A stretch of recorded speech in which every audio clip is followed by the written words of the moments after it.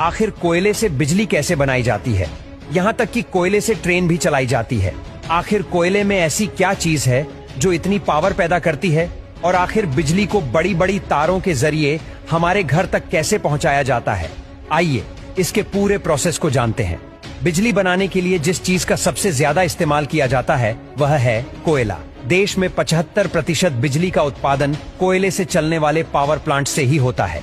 1000 megawatt का कोल plant एक दिन में 9000 टन से भी ज्यादा कोयले का इस्तेमाल करता है। यानी कि अगर एक मालगाड़ी में 100 टन कोयले के 90 डिब्बे हैं तो उस पूरी मालगाड़ी का इस्तेमाल एक ही दिन में हो जाएगा। यानी कि एक साल के लिए कोयले से भरी 365 ट्रेनों की जरूरत होगी।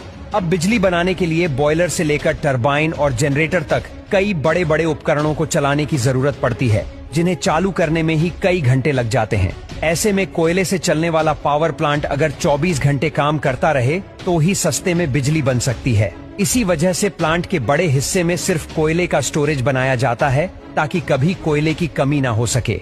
और जब मालगाड़ियां पावर प्लांट्स में बेशकीमती कोयला लेकर पहुंचती हैं, तो एक एक करके सभी डिब्बों को अलग किया जाता है और पानी के फव्वारे के नीचे से गुजारा जाता है, जिससे कोयला थोड़ा गीला हो जाता है ताकि जब आगे डिब्बों को पलटने की बारी आए तो डस्ट ना उड़े।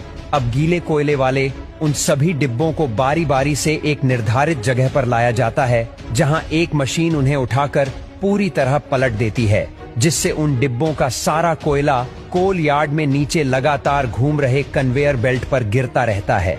अब इस कोयले को फिर से कन्वेयर बेल्ट की मदद से जरूरत के अनुसार बाउल मशीन में भेजा जाता है, जो इन छोटे मोटे पत्थरों के रूप में एक दूसरे से चिपके कोयले को क्रश करके पाउडर का रूप दे देती है। इसके बाद इस ब्लैक पाउडर को कन्वेयर बेल्ट के जरिए ही विशालकाय बॉयलर में भेजा जाता है, जहां यह कोयला तुरंत आग पकड़ लेता है।